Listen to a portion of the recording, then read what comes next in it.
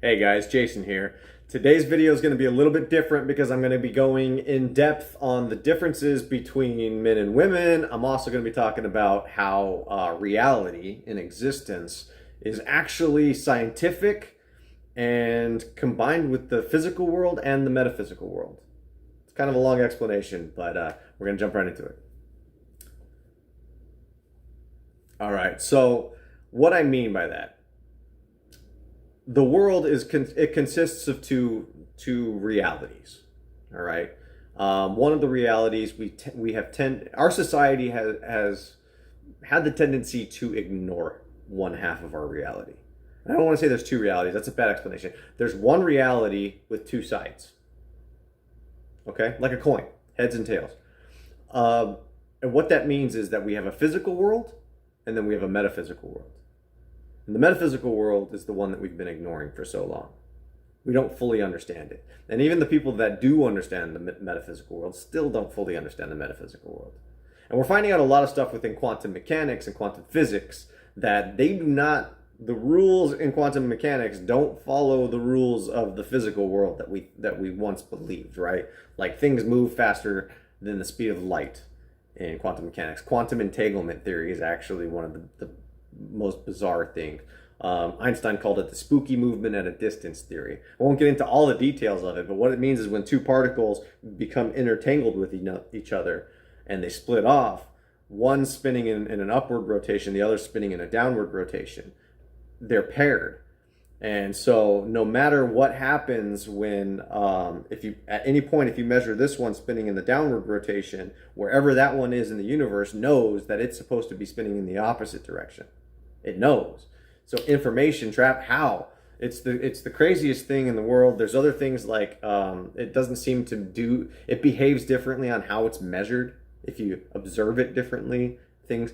I'm not going to get into all that. Someday I'll make a video about all of that, the spooky stuff of quantum mechanics. But the point is that they call this the quantum realm, right? They call this the quantum field, not realm. Realm is the Marvel Comics version. Quantum field. And in that quantum field, I believe, is the actual metaphysical world.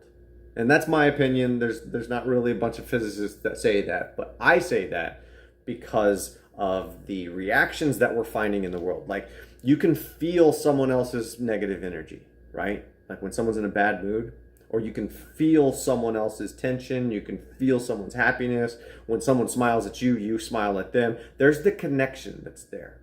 So I am going to say it. A lot of people try to deny that there is a connection, but there is. Even though we don't fully understand it, it's there.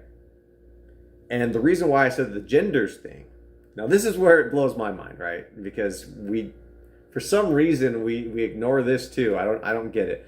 Both men and women are physical and metaphysical, right? We have the two, both of us, we have it. But men are primarily physical creatures, secondarily metaphysical creatures, where women are primarily metaphysical, secondarily physical, right? Do you see that? Think about that for a second. Men are primarily physical.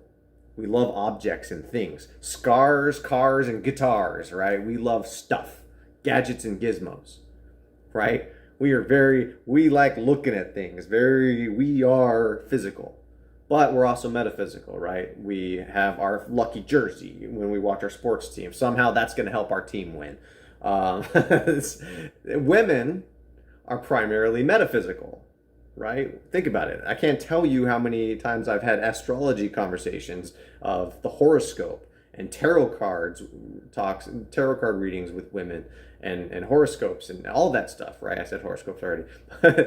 Women and feelings and gatherings and social events and connection. It's all about connection with women, right? Primarily metaphysical, secondarily physical. Physical stuff's not as important to women. It's more important about the connection, right? And sorry, I'll get a little I don't know, R-rated, PG-13 rated, sex.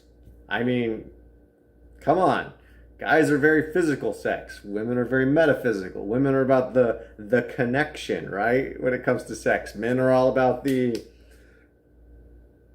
The physical. You don't have to be a rocket scientist to be able to tell that. It's not saying all men and not saying all women, because I realize there's always going to be variables. There's going to be men that are primarily metaphysical, secondarily physical. I'm just saying the majority, right? Like on a broad spectrum, the majority of men and women behave this way. Okay, so that's beautiful. That's nature. Okay, that's existence. That's the balance of the universe that we've known for hundreds of years, if not thousands of years. Just look at the yin and yang. Yin and yang is super cool, man. I love talking about that. Everything in the universe operates through yin and yang. It's beautiful. Night and day, good and evil, right and wrong, everything gets balanced in that. Like, you literally can't have bad without some good in it. And you can't have good without some bad in it. It's the most interesting thing in the world, right? So then you have the yin and yang, good, evil, right and wrong, physical, metaphysical. See what I'm getting at with this? There's two halves of reality.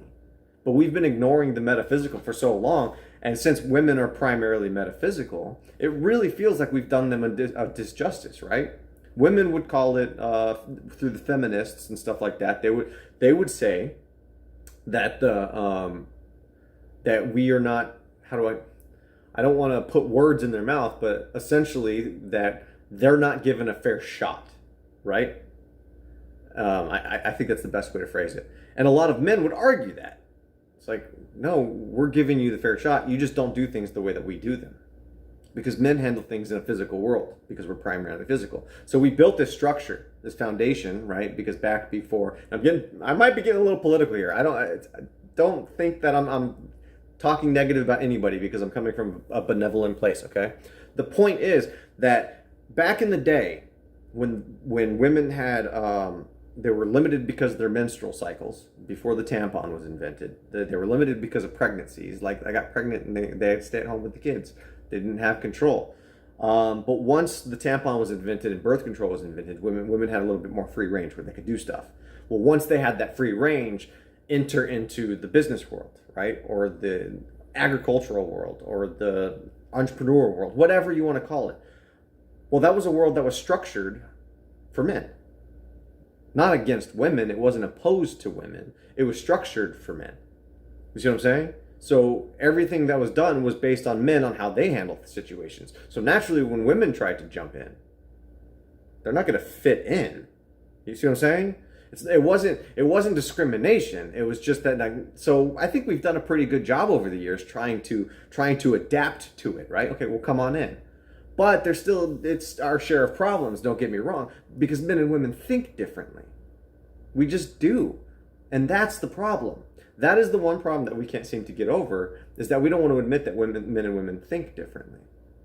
Well, I just gave you evidence. Physical, metaphysical. We think differently. Think about this for a second. Both men and women can drive a car. Do we drive a car the same? No. We absolutely do not drive a car the same. I can tell you right now that my ex-girlfriends, plural, would drive with the oil light on. Most men I know would not do that. A lot of women I've known get intimidated when backing up, backing out of the driveway, or just backing up in general. A lot of women do it extremely slowly, extremely cautious, because they don't like that. And to me, that's a physical thing. Men are more physical with physical objects, so it's more comfortable doing those things. Whereas women are more metaphysical, so they're more cautious and slow and care, which is also a dangerous fact, because men will tend to drive recklessly or aggressively because we have a little bit more confidence in that physical realm. See what I'm saying? So you can make a list of why it's bad for women to drive that way and why it's good for women to drive that way. And you can make a same equal and opposite list of how it's bad for men to drive that way and it's good for men to drive that way. And that's where we fight.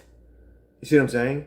Instead of saying it's a compliment, yin and yang, men and women together, instead of being like, hey, we're actually supposed to team up and do this together. You handle this aspect of it, I handle this aspect of it. Like raising kids. We don't do that. We don't do that. We fight, we argue, because we have this level where we've been kind of telling women, you can do anything a man can do. You can do anything a man can do. Just because you can do it doesn't mean you're going to do it the same way. You see what I'm saying? And that creates a very difficult structure for relationships, for marriages, because you're competing instead of teaming. Make sense? Yeah. Think about it. Think about it. Let's talk about emotional dissonance, right? Like relationship dissonance. If you're not complimenting your partner and you're competing with them, how are your emotions going to be? You're going to feel neglected. You're going to feel lack of love. But when they're balancing you, you know what I mean? Supportive, you're going to feel like, hey, we're meant to be together. We're a perfect fit. Think about that. Any happy relationship, right? It comes from this place of love, of bliss. So the metaphysical world and the physical world are both important. But there's a fundamental problem, and that's what I was getting into, is that we ignored the metaphysical world, which women were primarily metaphysical. So I don't know if I necessarily believe in the horoscopes and the tarot cards and all that stuff, which a lot of women do. But I'm thinking because we spent so long ignoring the metaphysical world and fighting it, at least us as men, a lot of us men, we roll our eyes at hippy dippy stuff and woo woo stuff, right? Instead of actually listening to it. Wow, maybe we should give that a try. Maybe I need that aspect just as much as I need the physical aspect. Now we can talk about raising kids, okay?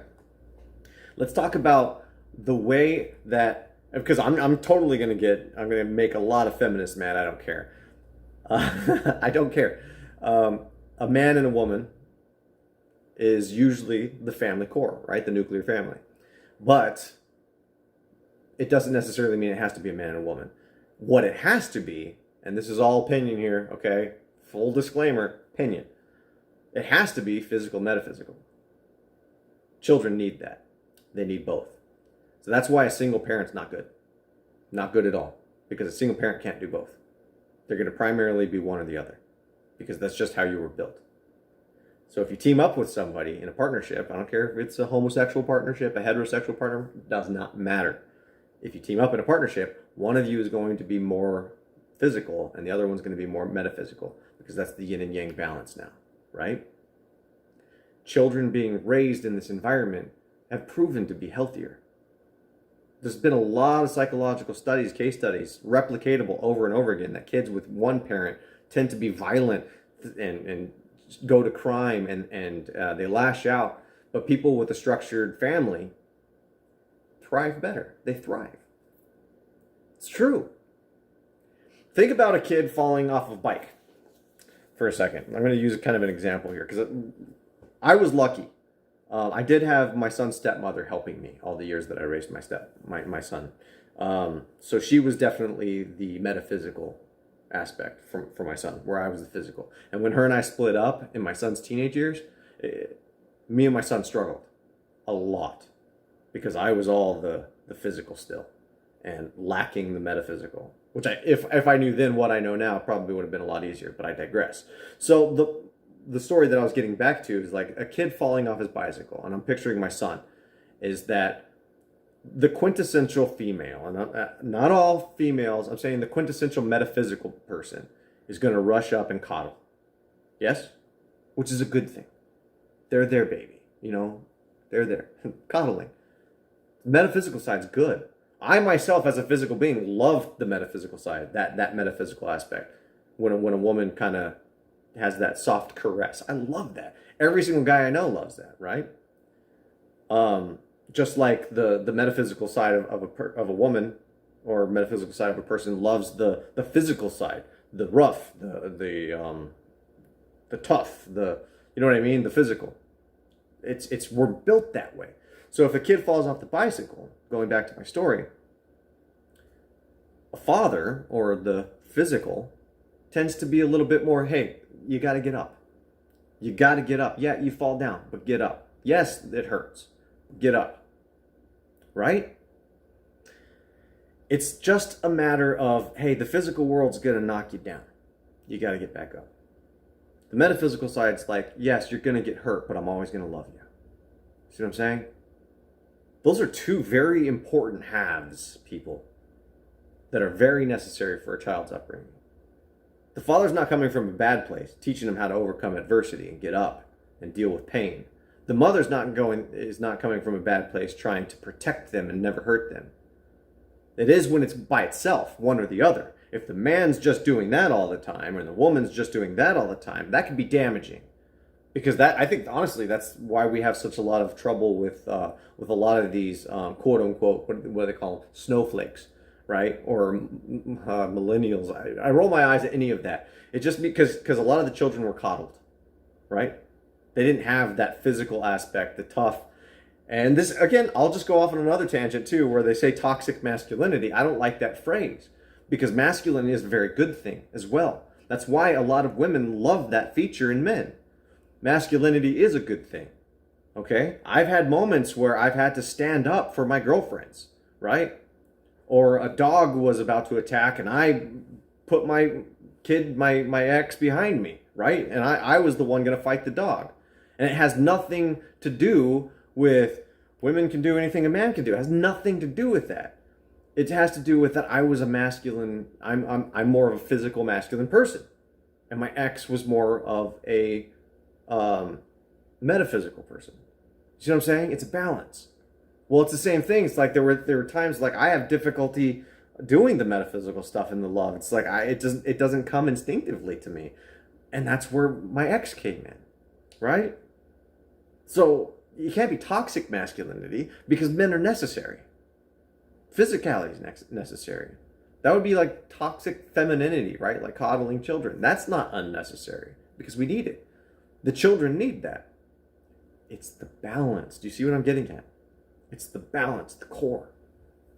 Man, this was a very opinionated video. I wasn't intending on being so political with the male and female, but I gotta say, honest to God, and I'm ending the video on this extremely controversial statement. I'm gonna go ahead and lay it out there. It's a thought that I've been thinking of for a long time. And it's the word equality. I think that's the word that we need to kind of restructure, maybe go away from, maybe find a different word, redefine it. The word equality is what's doing all the damage. Because we as human beings are not equal. We're not. Men aren't even equal to men. Women aren't even equal to women. It's the word equality that makes us think that we can do anything, and it makes us stop loving ourselves. It's like we're trying to be somebody else and do what somebody else does instead of what we are, instead of who we are instinctively by nature, right? Like maybe you are physical, or maybe you are metaphysical despite your gender. Well, you're not allowing yourself to be that when you're comparing yourself to the equalness, right? Just be it. Anyway, I know there's way more to the equality argument that I have. You know what? This video's already a little bit long. I might as well add it. There's 3 types of equality. If we're gonna get technical and we're gonna become critical thinkers, is what this channel's all about. What I'm trying to do. There's 3 different types of equalities. There's equal rights, which is democracy. There's equal opportunity, which is egalitarian, and then there's equal outcome, which is equity. It's a dilemma. It's a paradox. It's a tragedy, really, because every single time you achieve one of those equalities, it affects the other 2 in one way or the other. Okay? I'm gonna make more videos about this in the future, so make sure you hit that bell notification to get updated on future videos. But the 3 different types of equality, just think about outcome, right? Like in the feminist movement, let's go ahead and say women want equal outcome, right? More women executives, more women politicians, more women leaders. That's an outcome that we want. Well, in order to have that equal outcome, well, that means that women have to want that. Well, now you're taking away equal rights, because you're forcing them to want something that they don't want instinctively, if that's the case. Or you can blame it on opportunity, that women don't have the opportunity right here. So then you balance the playing field by giving everyone the same opportunity. Well, when you affect equal opportunity, which they've done in egalitarian societies like Scandinavia, you find out that women choose different things. They don't choose the same careers, so you don't get the same outcome. Seriously, you can look that up. Many studies have been done. Women primarily go because of what I'm talking about, the metaphysical and the physical. Women tend to go in fields like nursing, social events, because that's what women choose. Men tend to go in STEM, which is science, technology, education, and math. Electronics and math. I can't remember. STEM it's the physical stuff. Engineering and math. So men tend to go toward the physical stuff, Women go towards the social stuff. Well, social can't scale. Technical stuff and gadgets and gizmos can. You can make millions of them, so you make more money in the technical field. Social field, you're limited to time. You can only help so many people socializing. So women make less money because it's based on time, not selling product. Quantity versus time. Quantity versus quality, I guess. But the point is that when you leveled the playing field, like they've done in egalitarian societies, you find out that men and women want different things. So now you've affected equal outcome. So if I'm just making this observation here, it seems to me that the actual problem is just calling it equality. How about just individualism, right? Something like that. Think about that for a second. The word equality just causes way too many problems. And I can even go, fine, I've already been controversial. Let's go even further down the rabbit hole. Let's talk about very controversial topics. Let's talk about abortion. So we got equal rights, equal opportunity, equal outcome. Well, men can't have an abortion because they don't get pregnant. So you don't have the equal opportunity. Well, but men and women can both be equally parents. Well, but who decides on if that abortion happens? Men don't have the final say. Women do, right? So you took away the opportunity for a man to be a father. If a woman chooses that. You see what I'm saying? So technically you don't even have equal rights because someone has final say and that's not equal. Do you understand what I'm getting at here? Equality is problematic. That's what I'm getting at. I'm not trying to make anyone mad. You got to understand that when you have these conflicted details in life and you're not looking at them truthfully, you can't solve problems. When you look at them emotionally, you get stuck. You hit a wall. You can't progress. But if you look at it pragmatically, you take a step back and you're like, wow, equality is actually causing a lot more problems than it's fixing. How do we course correct? What do we do different? Then we think of something else other than equality. Go for something different, individualism. Maybe be honest with ourselves that men and women are different, and that's a good thing. Right? We balance each other. We complete each other. Maybe it's not a gender thing. Maybe it's a physical, metaphysical thing, the yin and yang, right? You can have two men love each other very much. It's possible, right? Yeah, homosexuals do it all the time. I'm willing to bet. Physical, metaphysical, I bet you in their relationship. And usually they joke around and offend people, right? When they're always like, well, which one's the man in the relationship? Which one's the woman? I think what they're actually saying is which one's the physical person in the relationship? Which one's the metaphysical person in the relationship? Something to think about, right? And again, I'm not trying to make anyone mad. This video is not meant to ruffle feathers. None of these videos are. That's why I call myself the thinker. That's why I call this channel the thinker. It's because I'm just critically thinking. That's it. How can we fix the problems if we get emotional about this stuff? And if you disagree with me, leave it in the comments, okay? And if you like these videos and you like challenging your brain and thinking intellectually, well then hit the subscribe button and the bell notification for future videos that'll be posted just like this one, guys. Thank you so much for watching. And until next time, I think that's it. That's all I got. So you guys have a good one. We'll see you then.